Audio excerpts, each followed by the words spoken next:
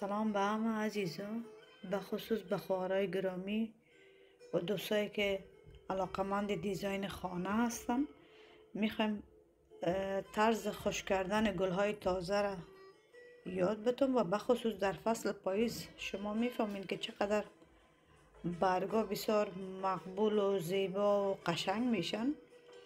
و شما میتونین که از این برگا و این شاخچه های نازنین به خانه‌تان استفاده کنین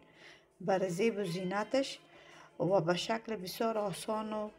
ساده و ابتدایی خشکش بکنید با یک اسپری تافت موی. قسمه که شما هر شاخچه را دوست دارین میکنین و با یک اسپری مو همیشه اسپری میکنین 4 طرفش و بعد از میبینین که امی اسپری باعث میشه که در ظرف 2-3 روز این برگاش خشک شود و برای مدت بسیار طولانی شاید 5-6 ماه میتونید که استفاده بکنید. ببینید چقدر زیبا، قشنگ، ساده و آسان. این دوستای عزیز، خواهرای گلم بعد از 2-3 روز که ماندمش که خشک شود، یک گلدانه که خودم دوست دارم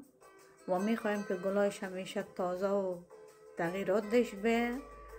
و شما هر گلدان را که دوست داشته باشین میتونین که استفاده کنین و هر نوع گل را که دوست دارین به می شکل خوش کنین که به خاطر که برگاش نریزه از اسپری